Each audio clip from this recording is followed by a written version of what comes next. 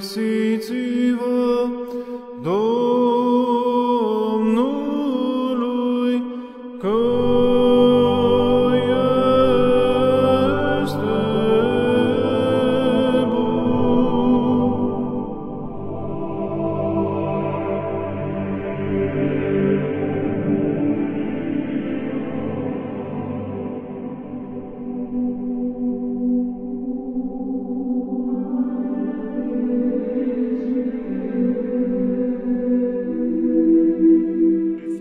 este biserica aceasta cu hramul Sfântului Ioan Botezătorul, prin stropire cu apă sfințită și ungere cu Sfântul și Marele Mir, în numele Tatălui și al Fiului și al Sfântului Duh.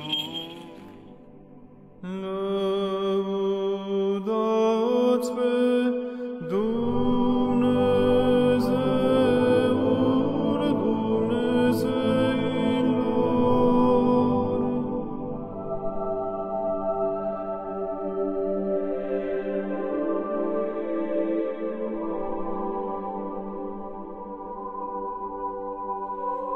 Ridicați căpetenii porțile voastre și vă ridicați porțile cele veșnice și va intra Împăratul Slavei. Domnul cel tare și puternic, Domnul cel tare în război, Domnul puterilor acesta este Împăratul Slavei. Lăudați pe Domnul domnilor.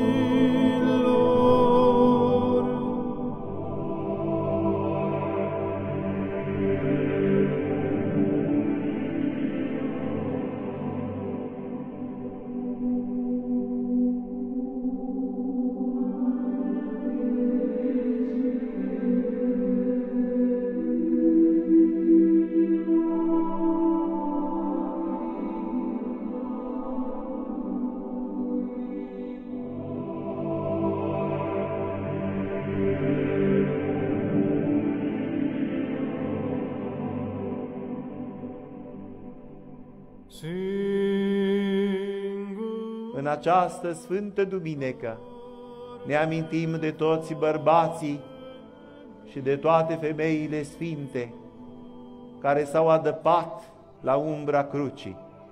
Printre acești bărbați îl putem numi și pe Părintele Vasile, ctitorul acestei minunate biserici. Ctitor, dascăl, tată, soț, om care s-a cheltuit pe sine ca o lumânare pentru a împrăștia lumină în jur.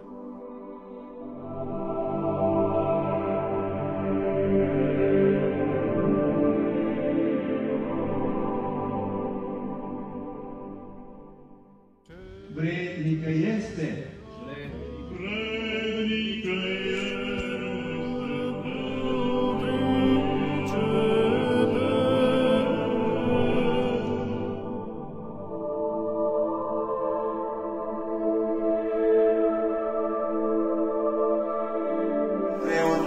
Ioan, spre a se face econom Stavrofor, purtător